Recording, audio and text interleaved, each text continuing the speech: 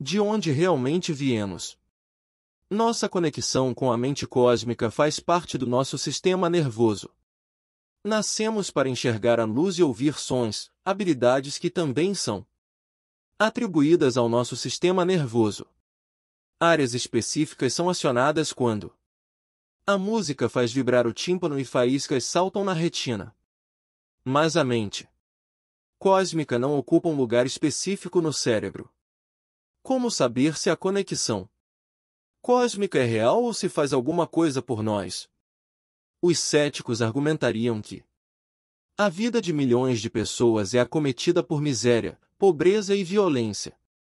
Até os mais privilegiados sofrem acidentes e tragédias ao longo da vida. Então se questionaria de que vale a conexão cósmica se ela não pode aliviar as dificuldades da existência diária? Para responder, teremos que examinar mais profundamente a configuração da mente, tanto a individual quanto a cósmica. Já dissemos que algumas coisas são passíveis de mudança, enquanto outras não, e que uma terceira categoria refere-se ao que pode ou não ser mudado. Para sociedades fatalistas, como a cristã europeia medieval, Deus era tão poderoso que o indivíduo tinha pouca chance de melhorar a sua cota de vida.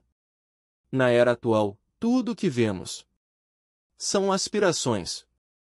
As pessoas não só querem melhorar, mas também buscam a transformação total, e é só por isso que a ideia de um universo consciente vem ganhando terreno com tanta força hoje em dia, um universo criado para promover a expansão da consciência pessoal. E é só nessa base que podemos falar em mudanças e em como realizá-las. Vamos pensar no mundo que conhecemos bem, a família, os amigos, o trabalho, o lazer e outros, como um sistema fechado. No interior desse sistema todas as partes se encaixam e se movimentam, dando pouco espaço para pensar que lá fora existe uma realidade maior. Se não tivermos consciência dessa realidade, nosso potencial de mudança fica limitado pelo que nosso mundo nos permite. Não podemos mudar o que não conhecemos. Entretanto, o universo consciente talvez não exista por não ter nenhum efeito no nosso cotidiano. O ceticismo seria uma resposta normal, até natural, caso alguém nos diga que estamos conectados o tempo todo a uma mente cósmica. Consideremos agora o extremo oposto, uma existência marcada pela desvinculação total das coisas mundanas. Quem alcança tal distanciamento? Talvez um yogi ou um monge zen budista não está interessado em como funcionam os eventos. Bom e mal, dor e prazer deixaram de gerar respostas. Como desejar mais aquilo que é bom e repudiar o mal, ou simplesmente preferir prazer à dor? O sistema nervoso humano é infinitamente flexível, e qualquer um gostaria de viver assim, nesse entorpecimento puro, pacífico. Como se a mente não existisse. Então estaríamos livres de todos os sistemas. Mas a custo de quê? Renunciaríamos à maioria das coisas que as pessoas comuns desejam apaixonadamente, porque nesse distanciamento nada tem importância, ganhar ou perder dá no mesmo. Por mais espiritual que possa parecer, renunciar ao mundo pode significar tanto divorciar-se da mente cósmica quanto levar uma vida mundana. O que nos leva à terceira opção, quando algumas mudanças são possíveis e outras não. É o que chamaremos de escolha evolutiva, porque a vida é voltada para a busca de mais consciência e frutos dessa consciência, que são o amor, a verdade, a beleza e a criatividade. Mas, ao mesmo tempo, preferimos optar pelo distanciamento pacífico, centrado, que permeia tudo na vida. Esta terceira opção, mudar em meio à não mudança, é a que favorecemos, por fazer pleno uso da conexão com a mente cósmica. Por um lado, o dinamismo e a mudança são imensos, por outro, a realidade da Consciência pura é a fonte silenciosa de onde brota toda a criação. Quando compreendemos todas as opções, fica claro que os termos objetivo e subjetivo não se aplicam mais. A vida exterior e a vida interior movimentam-se em harmonia. A atividade diária continua sendo individual. Somos uma pessoa específica que acorda, liga o carro e vai trabalhar, mas a consciência criadora dessa realidade é universal. Mas, por incrível que pareça, ainda precisamos provar que a conexão com a mente cósmica é real. Que ela funciona e melhora muito a vida de quem vivia sem ela. Compreender que viemos da esfera da consciência pura, e não apenas do útero da nossa mãe, pode causar uma verdadeira transformação, do tipo que muitas pessoas buscam e desejam tanto realizar. A minha mente ou a mente cósmica. Abstrações são sempre um perigo, porque pode parecer, mesmo a esta altura deste livro, que a mente cósmica é um conceito abstrato demais para ser real e prático. Digamos que estamos planejando nossas férias e não conseguimos nos decidir se vamos para as montanhas ou a praia. Pesquisando os hotéis, encontramos uma boa oferta em Miami Beach, e a decisão é tomada. Será que todo esse processo teria acontecido na mente cósmica? Estamos acostumados a frases como "eu decidi que", e "na minha opinião", ambas implicam que cada um tem sua mente própria, portanto, são as minhas férias, a minha escolha de hotéis e a minha decisão de ir à praia. Mas é a própria ilusão que separa de nós a realidade lá fora. Nessa configuração dualista, minha mente é diferente da mente cósmica. Para início de conversa, ela é muito menor e sua perspectiva limita-se às experiências que temos desde que nascemos. Porém, se abandonarmos a ilusão da separação, não teremos necessidade de escolher isto ou aquilo. A mente sente-se pessoal e, ao mesmo tempo, é cósmica. Imaginemos que somos um elétron circulando no vácuo quântico. Por sermos partículas solitárias, nos sentimos como eu, um indivíduo. Mas na realidade somos uma atividade do campo quântico, disfarçados de onda e não de partícula, e existimos em toda a parte. Em nosso dia a dia, nos acostumamos a nos sentir como um indivíduo, mas, olhando de longe, cada pessoa é parte da atividade do universo. O que vale para um elétron vale para as estruturas constituídas de elétrons e outras partículas elementares, como o corpo humano. Quando se vive separado, ignorando o eu holístico, a vida parece um pão que já vem fatiado. A necessidade de dividir e subdividir permitiu à ciência afirmar, falsamente, que a objetividade e a subjetividade são muito diferentes e que a objetividade é superior. Mas a era quântica aboliu essa divisão e a realidade tomou uma nova direção, o que já foi discutido nos capítulos anteriores. Será que alguma vez a realidade já foi vista diretamente, por inteiro, sem divisões ou separações? Isso mais parece uma busca espiritual, que em outras épocas era uma união com Deus, o Atman, o Satori, o desejo de comungar com o espírito e ao mesmo tempo fugir do sofrimento terreno é o que motiva a busca por transcender essa separação. Agora a necessidade é outra, muito mais focada na consciência superior e na realização do próprio potencial. Entretanto, é importante encontrar uma nova motivação, como saber de onde viemos, porque só o conhecimento nos garante que a mente cósmica é a nossa fonte. Tendo certeza disso, nascimento e morte serão vistos sob uma luz diferente, como um aspecto da eternidade. Como a visão holística parece ser literalmente impossível, não é fácil abandonar o hábito de fatiar a realidade em pedaços administráveis. É o que a experiência diária nos sugere. Porque, então, olhamos o corpo humano por inteiro, e não como células, tecidos e órgãos. E porque olhamos o cosmos além de espaço, tempo, matéria e energia? Não devemos exagerar as dificuldades de ser uma pessoa coesa. No dia a dia, não sentimos o corpo como células, tecidos e órgãos, mas em seus diferentes estados. Estar desperto é um estado diferente de dormir e sonhar. Sentir-se adoentado é um estado diferente de sentir-se bem. Como já vimos, a mecânica quântica funciona de modo similar. A onda é apenas um estado diferente de uma partícula. Da mesma maneira, mente e corpo são tão diferentes um do outro porque é assim que estamos acostumados a pensar, mas, na verdade, mente e matéria são diferentes estados de uma mesma coisa, o campo da consciência.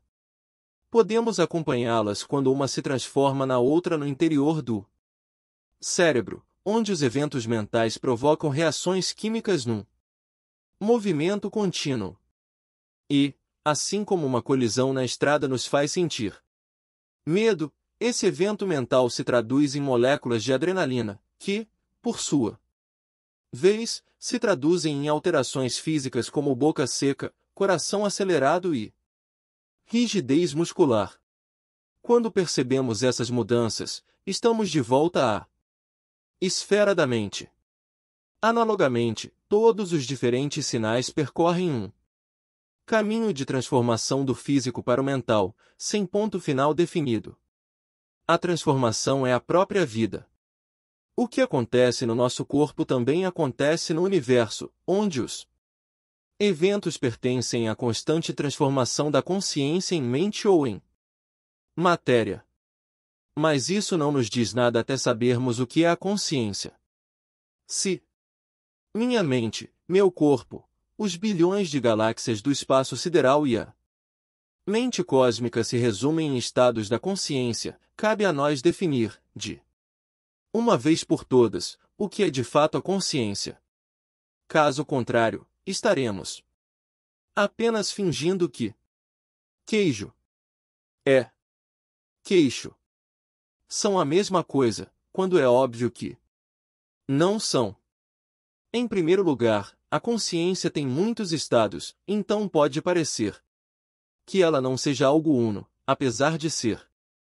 Se sonhamos com uma praia na Jamaica, podemos estar experimentando um sonho lúcido, em que os 5 sentidos estão envolvidos. Sentimos o calor da areia sob nossos pés e o perfume de plantas tropicais na brisa do mar. Mas, quando acordamos desse sonho, reconhecemos que só nos achávamos em um estado especial. Reconhecer o estado em que nos encontramos é a chave para a totalidade. Imaginemos 2 pilotos de carros esportivos. O carro de um deles tem 5 marchas, e ele sabe trocar as marchas com habilidade. O segundo piloto tem 5 carros, cada um equipado com uma marcha. Para este, dirigir não é algo holístico nem unificado, porque depende do carro ele vai dirigir, e cada um deles está restrito a apenas uma marcha. O desafio é seguir o nosso caminho pelo cosmos onde cada marcha, espaço, tempo, matéria e energia, e mais outras propriedades físicas, como carga elétrica, campo magnético etc., é intercambiável. Tudo se dissolveria em um caldo quântico se não houvesse um organizador, cuja ótica precisa incluir todas as coisas, e a mente cósmica cumpre justamente essa função. Tempo, espaço, matéria e energia são controlados na mesma caixa de câmbio. E o piloto, a consciência, escolhe em que estado quer estar. A realidade consiste em mudar, intercambiar os estados que emanam de uma mesma fonte, a consciência, entregando ao universo uma ordem de despejo. É agradável pensar que estamos em um universo vivo. Por definição, se o cosmos tem uma mente, ele só pode estar vivo. Mas se dissermos que o universo é consciente, é um universo vivo ou, como temos feito, um universo humano, os problemas aumentam. Um problema é de ordem prática. Como se vive em um universo vivo? Faríamos compras no mercado. Iríamos a festas de aniversário, bateríamos papo em volta do bebedouro de alguma maneira diferente do que já fazemos? A resposta é sim. Um universo consciente vem da transformação do universo incerto que agora ocupamos, e a transformação é tão profunda que todo o comportamento passa a ser questionado. Como explicou Peter Wilberg, um dos mais astutos e inteligentes teóricos do Qualia, nós não enxergamos porque temos olhos. Os olhos são órgãos físicos que evoluíram para realizar o desejo da mente de enxergar. A mente vem primeiro. Ela abarca a realidade da experiência através de Qualia, que abrange os 5 sentidos e as sensações, imagens, sentimentos e pensamentos. O renascimento espiritual prometido pelos santos, sábios e místicos depende de uma nova realidade, melhor dizendo, de um novo universo. Ou, então, de uma nova maneira de enxergar o universo que já existe. Esses sonhos de renovação vão de encontro a um grande bloqueio quando nos aproximamos da realidade como um todo. A mente é limitada e não consegue ir além. Não consegue pensar qual é o caminho para sua renovação. Imaginar, sentir, ver ou tocar como seria essa transformação. O elo que une o universo incerto à mente criadora é forte como o aço. Em outras palavras, se a mente cair na armadilha das suas próprias percepções, como essa mesma mente pode se libertar? Parece que, aqui, novamente a cobra morde a própria cauda. Vamos apresentar, então, um novo termo que será bastante útil. Monismo. Derivado do grego monos, que significa um, singular, solitário. O monismo é a alternativa para o dualismo. A unidade é o atributo básico da realidade, não a separação. Para algumas formas de monismo, o universo se constitui de uma única substância apenas. Os fisicalistas, que acreditam que tudo se origina de uma fonte material, compõem uma das escolas monísticas. A busca de Einstein pelo campo unificado, o santo graal da ciência, é uma forma de monismo. A escola rival, que acredita que tudo vem da mente, é chamada de idealismo, mas esse termo perdeu tanto a credibilidade que preferimos falar em consciência. Imaginemos que não podemos votar nas próximas eleições até declarar a qual linha de monismo pertencemos, ao fisicalismo ou à consciência, a qual agregamos as noções de priorizar a mente e priorizar a matéria. Como escolher? A mente de cada um de nós é irremediavelmente condicionada, enviesada por todas as escolhas antigas que fizemos desde as primeiras horas da infância e que acabaram se tornando autocentradas. No desenvolvimento das crianças há uma necessidade de dizer tenho que ser eu, em outras palavras, ser um indivíduo livre. Mas a projeção dessa necessidade no cosmos faz com que o dualismo saia do controle. Transforma a utilidade de um eu separado, individual, em uma lei da natureza, o que não é. Na vida diária, o dualismo cai em categorias que todos nós conhecemos. O que gostamos versus o que não gostamos. O que dá prazer versus o que causa dor. O que queremos fazer versus o que não queremos fazer. pessoas de que gostamos, versus pessoas de que não gostamos. Em resumo, vemos um mundo construído pela escolha entre isto ou aquilo. Por oposições. O oposto do antes é depois de perto é longe de aqui é lá. Mas esses pares de opostos não são reais. São mentais. Se quisermos chegar ao real, todo esse conteúdo da mente terá que ser descartado. Num nível mais banal, se julgamos uma pessoa pela cor da pele, não saberemos quem é ela. Realmente até que o conceito cor da pele deixe de interferir no caso. Pode levar ainda um bom tempo para se abandonar esse tipo de sintoma dual. Imagine, então, como será difícil livrar-se do dualismo completamente. O processo vai muito além dos valores pessoais, em essência, significa entregar ao universo uma ordem de despejo. Porque a partícula subatômica não tem propriedades fixas e muito menos as coisas que são constituídas dessas partículas. Se levarmos isso mais adiante, todos os objetos físicos terão que ser despejados dos quarks às galáxias. Como os objetos não existem fora do espaço quando são despachados, o próprio espaço tem que pegar a estrada, mas, como ele tem uma relação relativista com o tempo, segundo Einstein, o tempo também não pode ficar parado. A física atual, pelo menos em alguns setores, só chegou até aqui. A visão segundo a qual matéria, energia, outras quantidades físicas, tempo e espaço não possuem realidade fixa absoluta pode ser classificada como um dualismo fraco porque, por mais heróico que possa parecer se desapegar do universo material, ainda não chegamos à totalidade. Quando a mente se dá conta de que o universo material é feito de mente, não há muitos motivos para que ela confie em si mesma. Alguns cientistas consideram a habilidade da mente de criar qualia e concluem, erroneamente, que nada tem importância e que o cosmos é irrelevante.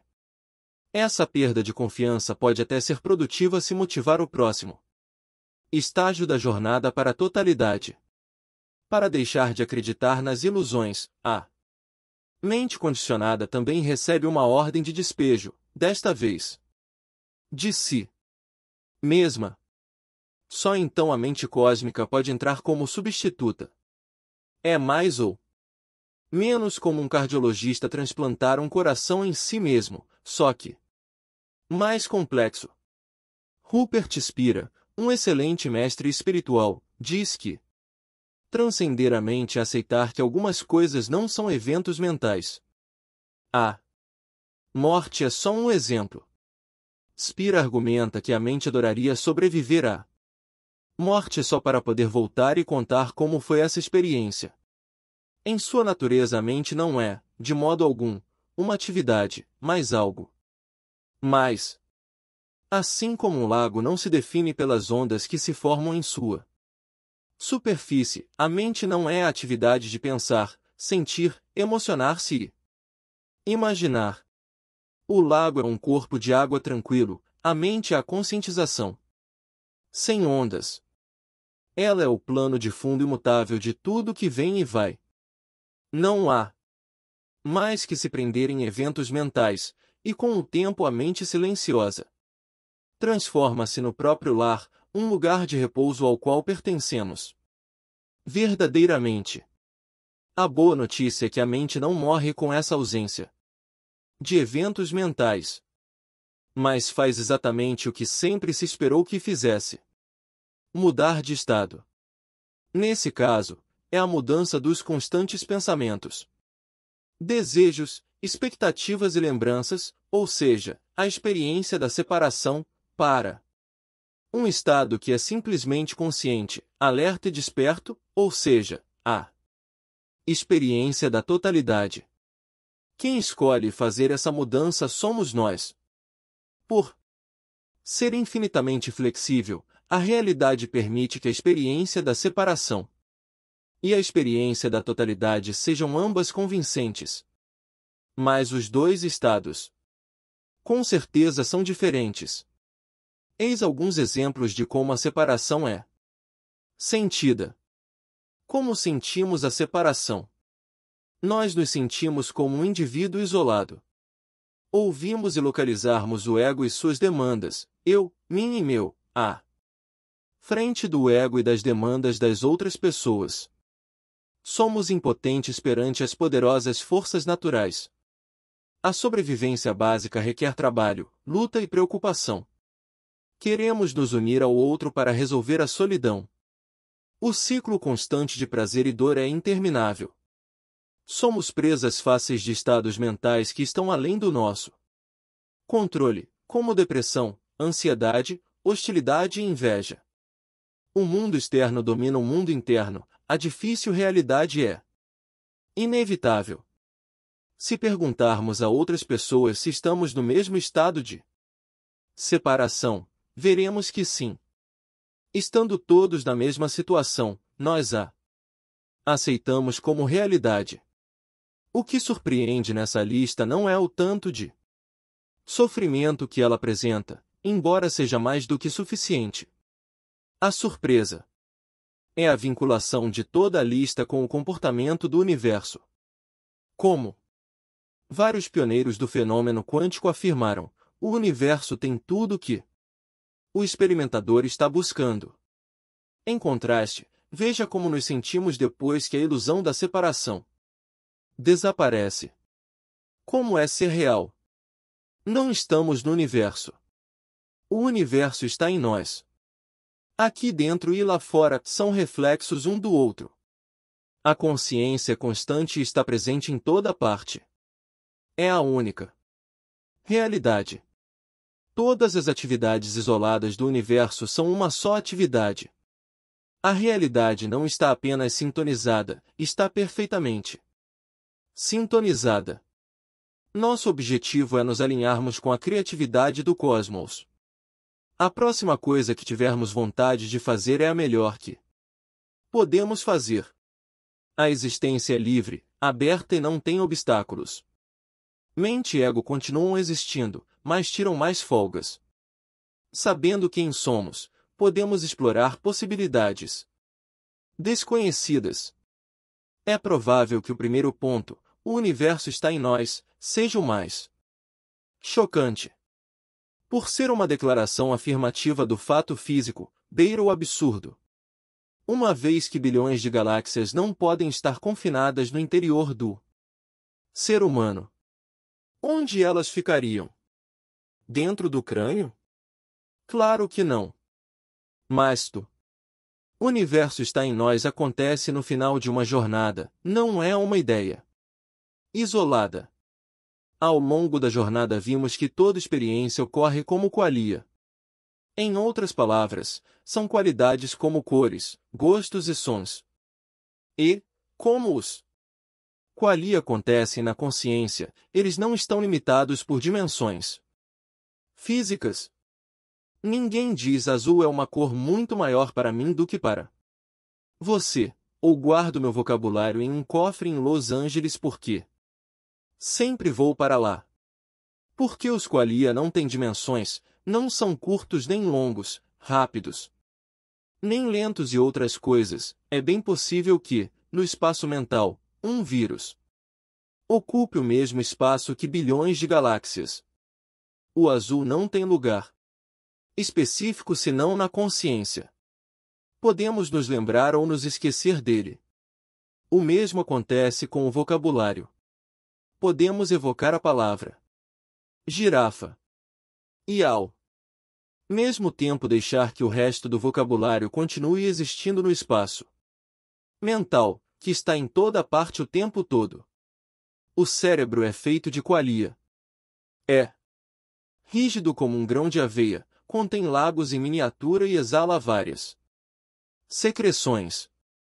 Todos esses qualia ocupam o mesmo espaço do vírus e do bilhão de galáxias. Todos eles estão na consciência. O que nos acostumamos a chamar de espaço sideral é também outro qualia. Alguém poderia protestar. Alto lá, meu cérebro está dentro do meu crânio, e não há o que discutir. Mas pensemos no rosto da pessoa amada. O cérebro produz uma imagem que não está em seus tecidos, não importa quanto procuremos, não vamos encontrar imagem alguma no cérebro. Então, só pode ser verdade que o cérebro tem uma única função: permitir o acesso ao espaço mental em que residem os conceitos, as experiências, as imagens e todos os qualia. Um rádio dá acesso a centenas de sinfonias sem que ninguém tenha que quebrá-lo para ver os músicos tocando lá dentro. Mas os neurocientistas acham difícil parar de fazer a mesma coisa. Eles querem que o cérebro seja o lugar onde está a consciência, quando, na verdade, ele é apenas a porta que se abre para a consciência. Porque a consciência precisa dessa porta?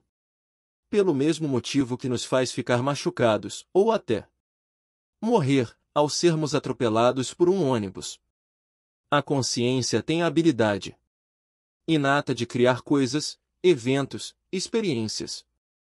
É seu comportamento natural. Max Planck já sabia disso quando disse: considero a consciência fundamental. Não podemos deixá-la para trás, algo que já citamos várias vezes. A realidade não tem que dar explicação de como se comporta, porque não responde a ninguém senão a si mesma. A mente como criadora. Daqui, partiremos para um novo estágio da jornada, em que a mente percebe claramente que é a autora da nossa realidade pessoal, como sempre tem sido. Isso não é, em si, um insight tão profundo. Quem já se apaixonou acabou descobrindo, depois de alguns meses, que o bem-amado é uma pessoa. Como outra qualquer, conhece o poder da realidade criada pela mente.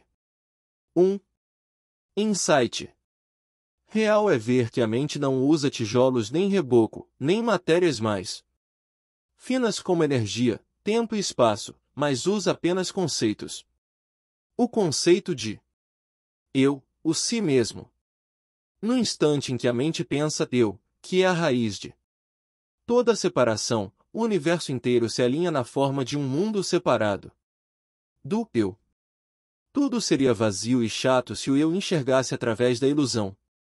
Então, para que a separação continue, o eu traz em si um número imenso de experiências. Para muitos, a ciência é a prova de que a ilusão funciona. São pessoas que estão tão certas sobre a lua e as estrelas quanto sobre qualquer outra coisa na existência. Foi preciso ter muita imaginação, habilidade, engenhosidade para mandar ao espaço o telescópio Hubble, a fim de investigar o universo lá fora muito além do que se conhecia até então. É um progresso e tanto da ilusão, que tanto já se esforçou para ver estrelas a olho nu. Mas enxergar melhor a ilusão não a torna real. Pela mesma lógica, se eu sonhar que o sol está brilhando, será que o sonho se tornará mais real se uma dúzia, milhares ou milhões de sóis brilharem? Ao constatar que constrói a realidade a partir do nada, a mente faz uma pausa para maravilhar-se com o estado de separação e com quanto ele é convincente. É o que queremos dizer quando afirmamos que a realidade é infinitamente flexível, ao permitir que a separação floresça enquanto for convincente. Podemos passar a vida inteira procurando por novas espécies de orquídeas, uma culinária mais requintada, pessoas mais belas, o qualia que desejarmos. Como toda experiência consiste em qualia, podemos até dizer: relaxe, isso é tudo que temos. Sinceramente, é triste ver através da ilusão Quando nos damos conta de que as orquídeas, a culinária e a pessoa bonita são criações mentais, dá uma sensação de vazio, uma tristeza temporária. A mente então decide que deve existir um mundo melhor em algum lugar. E esse novo desafio põe em xeque a sensação de tristeza. Como o pintor que joga no lixo a sua paleta, a mente se livra de conceitos imaginários. Essa é uma decisão ousada, pois o próprio universo é um conceito substancial. Mas qualquer conceito cria um estado de separação. Só a realidade está isenta.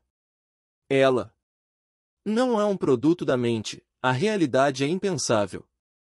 Perceber esse fato, ou seja, vivenciá-lo pessoalmente não só como uma ideia conveniente, cria uma grande pausa. Você então se dá conta. Nunca vou entender de fato o que é real.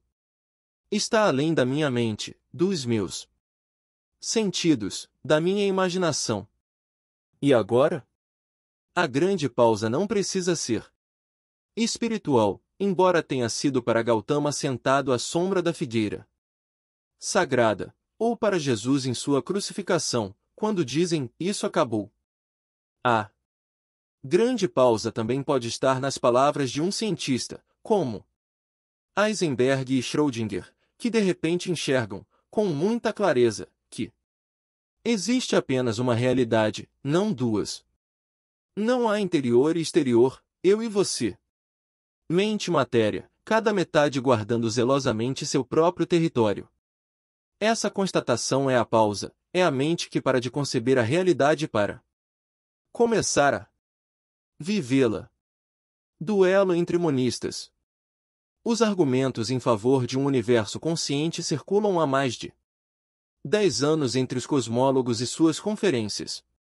Mas nunca se leu uma manchete como o universo virou de pernas para o ar. O número de teóricos que começaram como fisicalistas e de repente se deram conta de que tudo é consciência não é nulo, mas também não está muito longe disso. Nos filmes de terror o herói faz tudo certo, atira no vampiro com uma bala de prata, enfia uma cruz no peito de Drácula ou o expõe à luz do sol, e mesmo assim as criaturas retornam. O fisicalismo volta sempre, na maior parte das vezes, por um hábito mental que discutimos lá no início, o realismo ingênuo.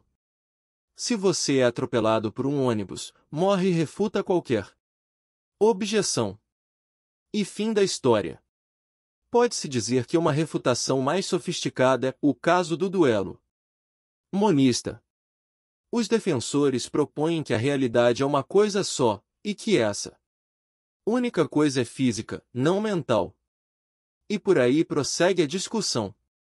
O físico monista. Vocês insistem que o universo é criado pela mente. Pelo monismo de vocês, a mente se transforma em matéria, mas não explicam como isso acontece. Vocês dizem que o cérebro não é a casa da mente, mas se cortarmos a cabeça da pessoa não vai sobrar mente alguma. Então, esse modelo de consciência só serve para quem acredita nele. Mas, vejam só, nós também temos um monismo. No nosso monismo há um processo por trás de tudo e ele pode ser medido. Encaixa-se perfeitamente nas previsões matemáticas. Se fizermos uma imagem de scanner do cérebro, vamos observar a mente trabalhando. Nosso monismo é tão consistente quanto de vocês, e há um monte de evidências que o sustentam.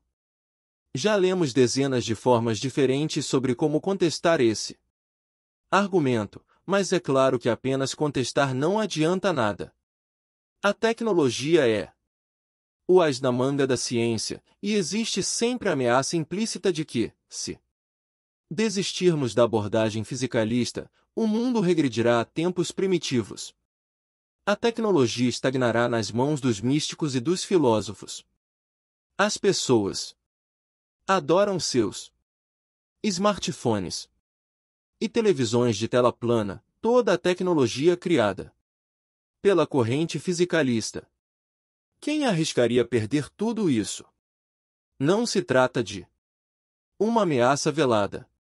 Em várias entrevistas, o popular cientista planetário Neil deGrasse Tyson avisa que a filosofia é totalmente inútil se comparada à ciência. 2 exemplos.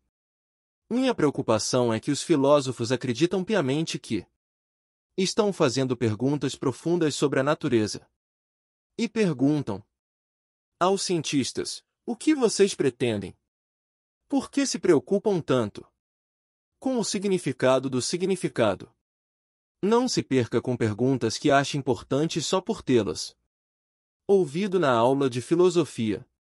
O cientista diz: há todo um mundo desconhecido lá fora. Eu estou indo e deixando você para trás. Você não consegue nem atravessar a rua porque está distraído com aquelas perguntas certamente profundas.